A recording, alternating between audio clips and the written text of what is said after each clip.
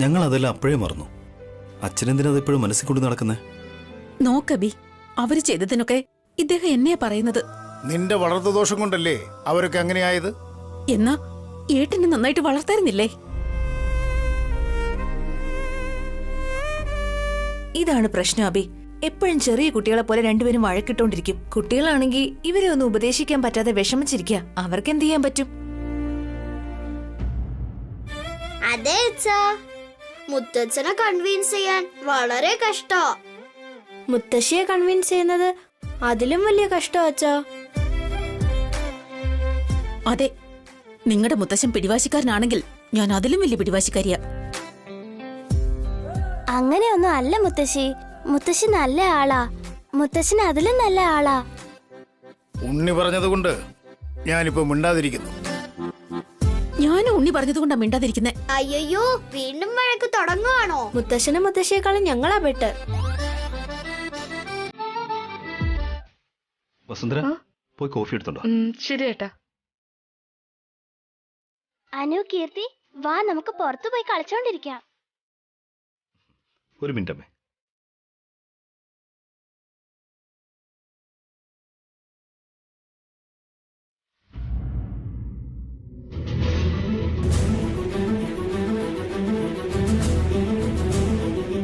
അബി,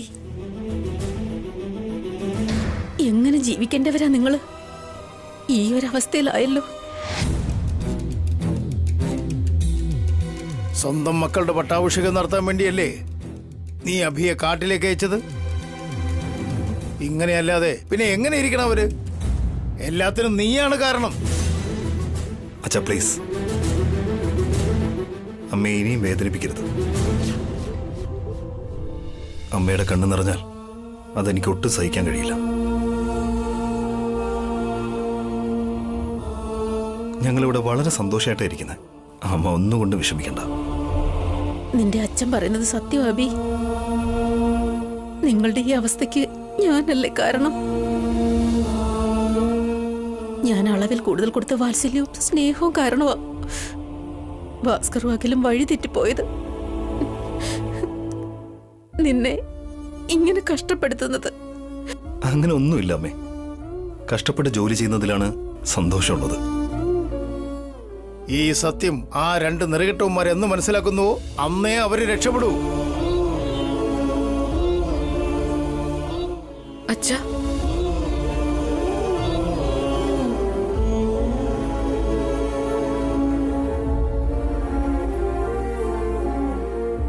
എനിക്കിപ്പോ വേണ്ട വസുന്ധര.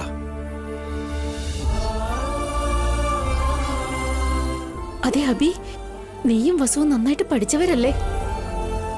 എന്തിനാ ആ ഫാക്ടറിയിൽ ജോലി ചെയ്യുന്നത്? അവരുടെ ആവശ്യമില്ലാത്ത അപമാനവും വഴക്കും ഒക്കെ എന്തിനാ സഹിക്കുന്നത്? നിങ്ങളുടെ വിദ്യാഭ്യാസത്തിന് ഇതിലും നല്ലൊരു ജോലി കിട്ടില്ലേ? ഇപ്പൊ ഏട്ടന് ആവശ്യം ഒരു നല്ല ജോലിയല്ല അമ്മേ, ഉത്തരവാദിത്തങ്ങളാ.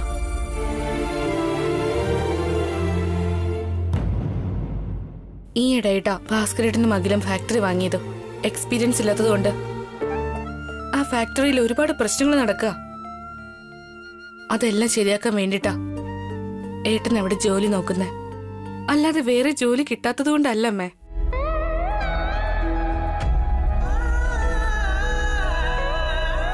ജയന്തി, നീ ഇതൊക്കെ കേട്ടല്ലോ. ഇപ്പോൾ പോലും ഇവർ ഈ അവസ്ഥയിൽ എത്തിയിട്ട് പോലും അഭി അവരെ കുറിച്ച് മാത്രമാണ് ചിന്തിക്കുന്നത്. അവർക്ക് നഷ്ടം വരാതിരിക്കാൻ ഇവരിപ്പോഴും കഷ്ടപ്പെട്ടുകൊണ്ടിരിക്കുക.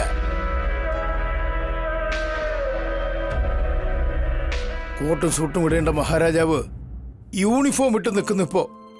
എന്താ അച്ഛാ ഇതൊക്കെ? വിഷമം കൊണ്ടാ മോനെ, എനിക്കിത് സഹിക്കാൻ കഴിയുന്നില്ല. പാവം വസു ഒരു കുറ്റവും ചെയ്യാതെ അവളും കഷ്ടപ്പെട്ടുകൊണ്ടിരിക്കുന്നു. എനിക്കിതൊന്നും താങ്ങാൻ കഴിയില്ല.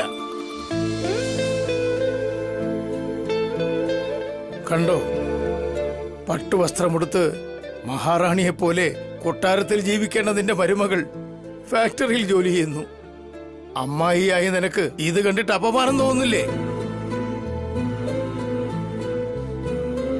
ഇതിലെന്ത് അപമാനം ഉള്ളത് അച്ഛാ? അതെന്റെ ഭാസ്കരേട്ടന്റെയും അഖിലിന്റെയും ഫാക്ടറി അല്ലേ. അവിടെ ജോലി ചെയ്യുന്നത് ഞങ്ങൾക്ക് സന്തോഷമേ ഉള്ളൂ. പക്ഷെ അവരെങ്ങനെ പെരുമാറുന്നത് തെറ്റല്ലേ വസു?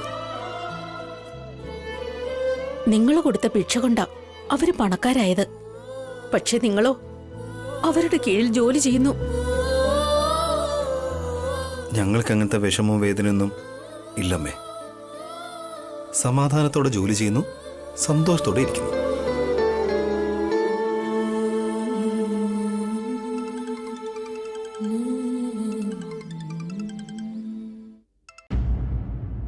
ഹലോ,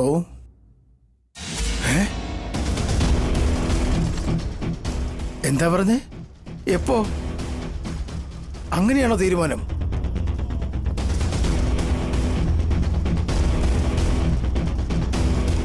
അവരെ എന്ത് ചെയ്താലും പാപമല്ല. ദയവിത് നിങ്ങൾ ധൃതി കാണിക്കരുത്. എന്നോട് പറഞ്ഞതിന് നന്ദി. അവന്മാരും മനുഷ്യരെ അല്ല. എന്തു പറ്റിയച്ചാ? നാട്ടിലുള്ള എന്റെ വീട്, നിലം, കുളം എല്ലാം അവർ വിൽക്കാൻ പോകുന്നുവെന്ന്.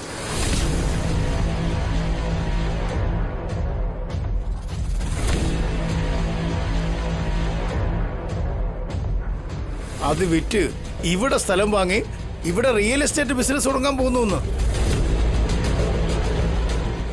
അത് നല്ല കാര്യമല്ലേ അച്ഛാ? നിനക്ക് ബുദ്ധിക്ക് എന്തെങ്കിലും കുഴപ്പമുണ്ടോ അബി? അതെല്ലാം നിന്റെതാ. ഇപ്പൊ എനിക്കായിട്ട് ഒന്നുമില്ല അച്ഛാ. എല്ലാ ഏട്ടനും അഖിലിനുള്ളതാ. ത്യാഗം ചെയ്യുന്നതിന് ഒരു അതിരുണ്ട് അബി. നിനക്കും കുട്ടികളുണ്ട്. അവരുടെ ഭാവി ജീവിതം നന്നായിരിക്കണം. മാത്രമല്ല അത് വിൽക്കാനായിട്ട് അവർക്കെന്ത് അധികാരമാ ഉള്ളത്? എന്നെങ്കിലും ആ വീട്ടിൽ അവർ താമസിച്ചിട്ടുണ്ടോ? ആ നിലത്തിലോ കുളത്തിലോ കാലെങ്കിലും എടുത്ത് വെച്ചിട്ടുണ്ടോ? ഇപ്പൊ പണത്തിനു വേണ്ടി വിറ്റ് തുലയ്ക്കാൻ പോകുന്നു. അവരെക്കാളും മൃഗങ്ങളാ ഭേദം.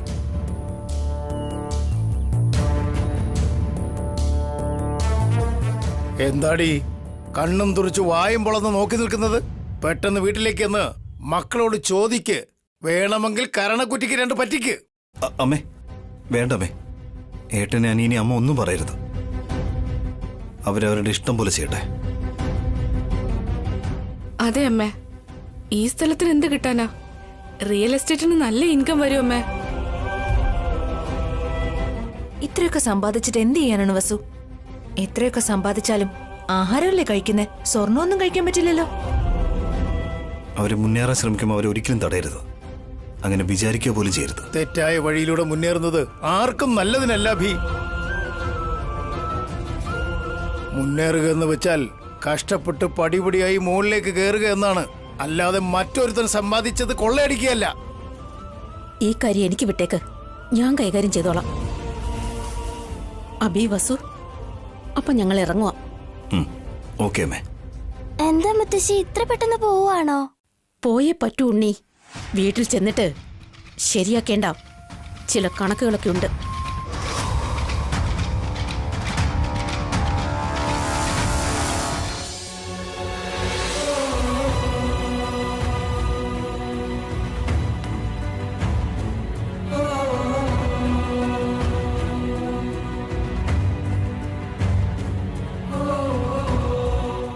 പോയിട്ട് വരാബി.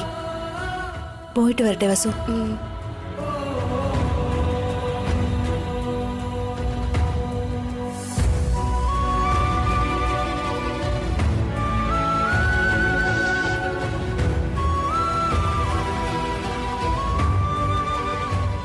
ഞാനും ഇറങ്ങുവാണ് അഭി.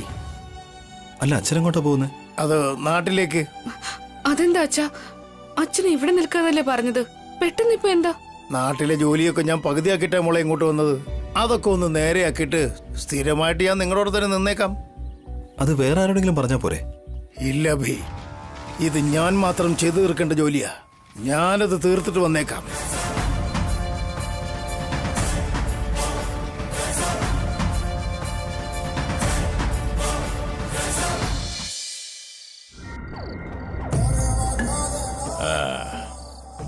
അവരുടെ ലോയറുടെ കൂടെ ചേർന്ന് സാർ അവരുടെ വീട്ടിൽ വരെ പോയിട്ടാ വന്നത് MLA സാർ.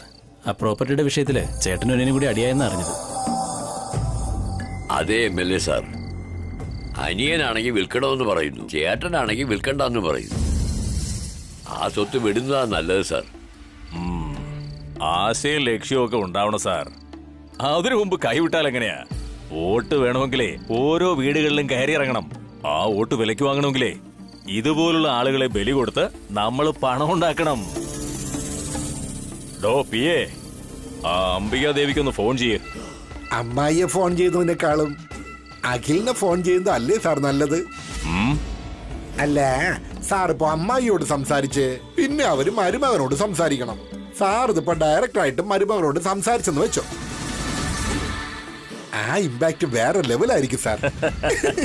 ഇതുകൊണ്ടാണോ തന്നെ ഞാൻ പി എ ആയിട്ട് വെച്ചിരിക്കുന്നത്? എന്നാ പിന്നെ അയാളെ തന്നെ വിളിക്കേ. ഓക്കെ സാർ, ഞാൻ വിളിക്കാം സാർ.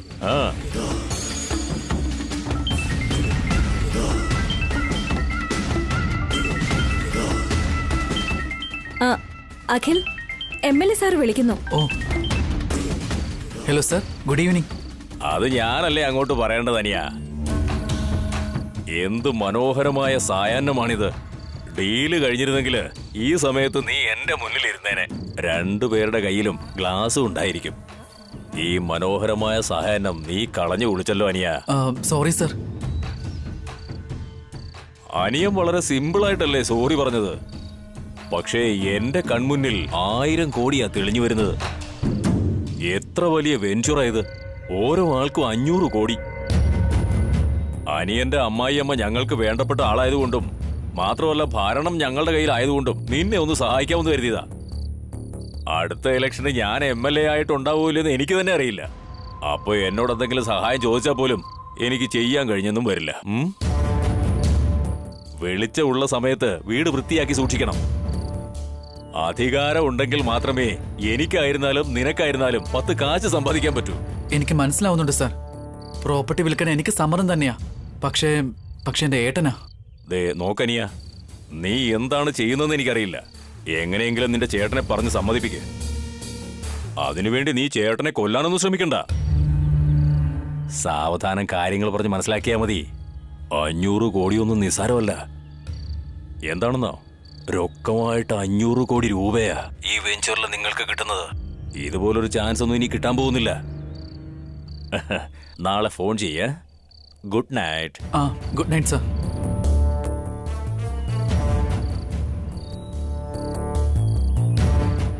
പിയേ. സാർ ഇതാ സാർ. എന്താ സാറേ പറഞ്ഞത്? MLA സാറിന്റെ വാക്ക് ധിക്കരിക്കാൻ പറ്റുമോ? അയാളുടെ ഏട്ട സമ്മതിച്ചില്ലെങ്കിൽ നമുക്കൊന്നും ചെയ്യാൻ പറ്റില്ലല്ലോ സാർ. ചെയ്യാൻ പറ്റും പിയേ. അധികാരത്തിന് വേണ്ടി എന്ത് വേണമെങ്കിലും ചെയ്യാം. നിനക്കെന്താ, ഞാനില്ലെങ്കിൽ വേറൊരു MLA. പക്ഷെ എനിക്കോ എന്റെ മണ്ഡലമാണ് എനിക്ക് മുഖ്യം. നല്ല കാര്യങ്ങൾ ചെയ്തു കൊടുത്തിട്ടും വോട്ട് ചെയ്യാൻ പറഞ്ഞാലൊന്നും ഒരുത്തനും വോട്ട് ചെയ്യില്ല. വോട്ട് തരണമെങ്കിലേ നോട്ട് വേണമെന്ന് പറയൂ അവര്. ആ നോട്ട് കിട്ടണമെങ്കിൽ ഞാൻ ഇങ്ങനെയുള്ള തരികിടകൾ ചെയ്തേ പറ്റൂ. എന്തൊരു ജീവിതമായത്. വീട്ടിൽ പോയി കിടന്നാലോ ഉറക്കമേ വരുന്നില്ല. പക്ഷെ അസംബ്ലിയിലോ സമാധാനമായിട്ട് ഉറങ്ങാൻ പറ്റുന്നുണ്ട്. ആ സുഖം എനിക്കിപ്പോ അങ്ങ് ശീലമായി പോയി പിയേ. എന്തൊക്കെ കഷ്ടമുണ്ടെങ്കിലും അത് ഞാൻ ഉപേക്ഷിക്കില്ല. സാർ, അപ്പൊ ഞങ്ങൾ ഇറങ്ങട്ടെ. പോയിട്ട് വരാം. പോയിട്ട് വരും. മോനെ അഖിലേ, എന്തെങ്കിലും ചെയ്ത് തൊലക്കടാ. ഇനി എന്താ ചെയ്യാ കാർത്തിക? MLA സാറ് എന്നെ പറയല്ലേ, എന്തെങ്കിലും പറഞ്ഞ് നിന്റെ ചേട്ടനെ കൊണ്ട് സമ്മതിപ്പിക്കണം. അങ്ങനെ ഒരു മൊരടനാ. വാശി എന്ന് പറഞ്ഞ അങ്ങേ അറ്റം. ആവശ്യമില്ലാതെ ഞാൻ അങ്ങനെ ഹേർട്ട് ചെയ്യുകയും ചെയ്തു. ഇനി ഞാൻ എന്ത് പറഞ്ഞാലും കേൾക്കില്ല. അപ്പോ എന്റെ മോമിനെ കൊണ്ട് പറയിക്കട്ടെ. ഞാൻ പറഞ്ഞിട്ട് കേൾക്കുന്നില്ല, പിന്നെ നിന്റെ മോം പറഞ്ഞ കേൾക്കോ? എന്റെ മോം പറയുന്നത് വേറെ രീതിയിലായിരിക്കും. അതെന്ത് രീതിയാ? എന്റെ മോമിന് സാമദാന ഭേദദണ്ഡ ഉപായങ്ങൾ നന്നായിട്ട് അറിയാം. സംസാരിച്ച് ശരിയായില്ലെങ്കിലേ അനുസരിപ്പിക്കാൻ വേറെ മാർഗങ്ങൾ എടുക്കും.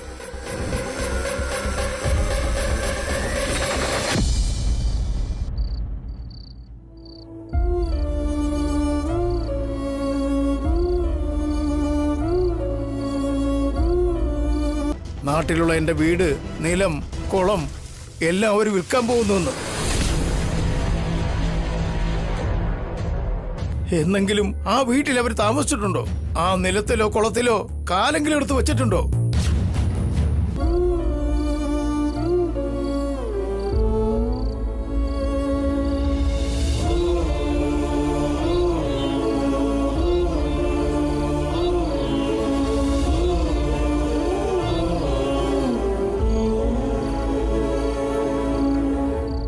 ഏട്ടാ,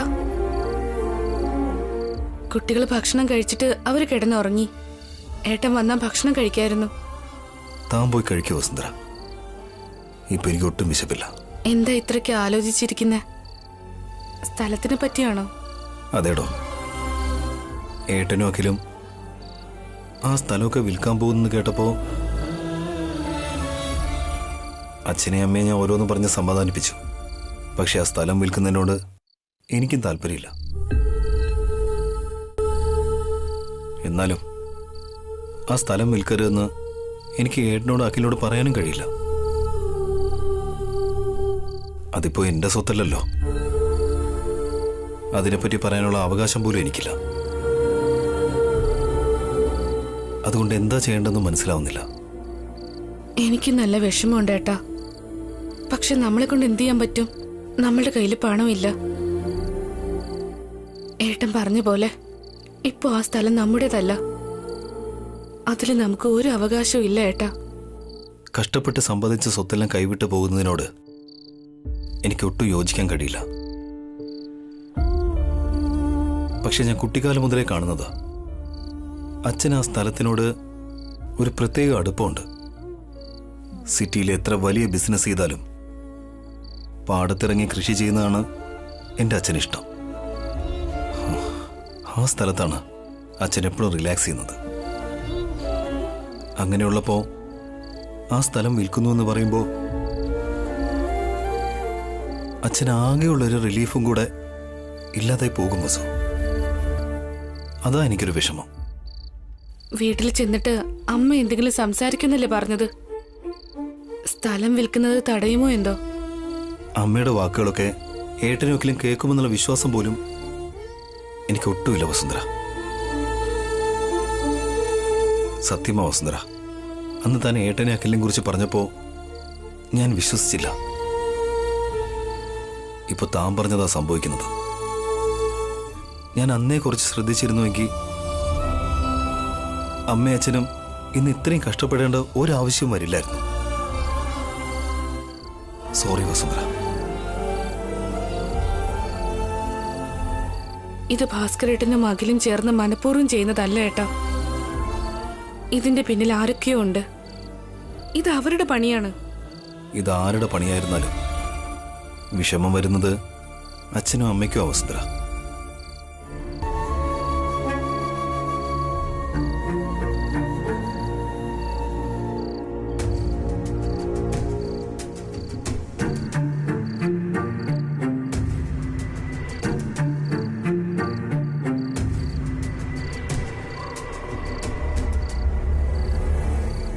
എന്തു പറ്റി ചേച്ചി?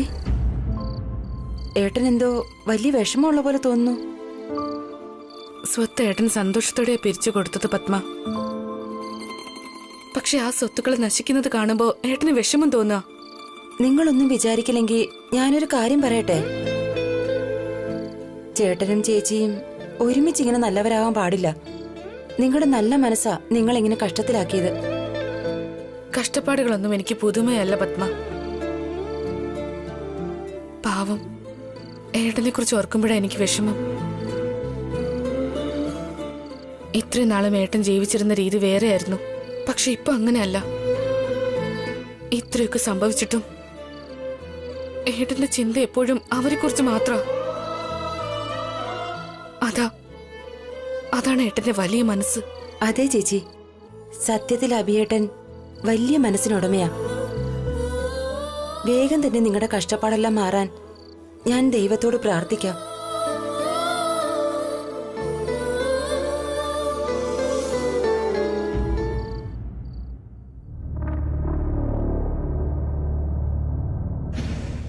ബേബി,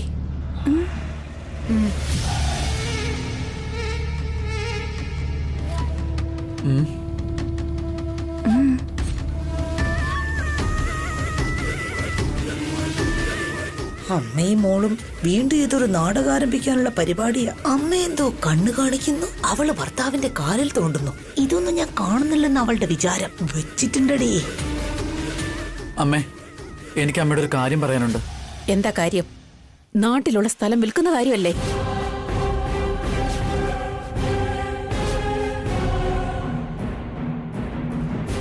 അയ്യോ, അതിനുള്ളിൽ ഏട്ടത്തി കാര്യങ്ങളൊക്കെ അറിഞ്ഞോ? നിങ്ങൾ അഖിലിനെ ഏത് വഴിയിൽ കൂടെ കൊണ്ടുപോകുന്നതെന്ന് എനിക്ക് നന്നായിട്ട് അറിയാം. എന്റെ മോം മോശം വഴിയിലൂടെ അല്ലല്ലോ കൊണ്ടുപോകുന്ന അമ്മേ. MLA സാറിന്റെ കൂടെ ചേർന്ന് റിയൽ എസ്റ്റേറ്റ് ബിസിനസ് ചെയ്യാന്നല്ലേ വിചാരിക്കുന്നേ?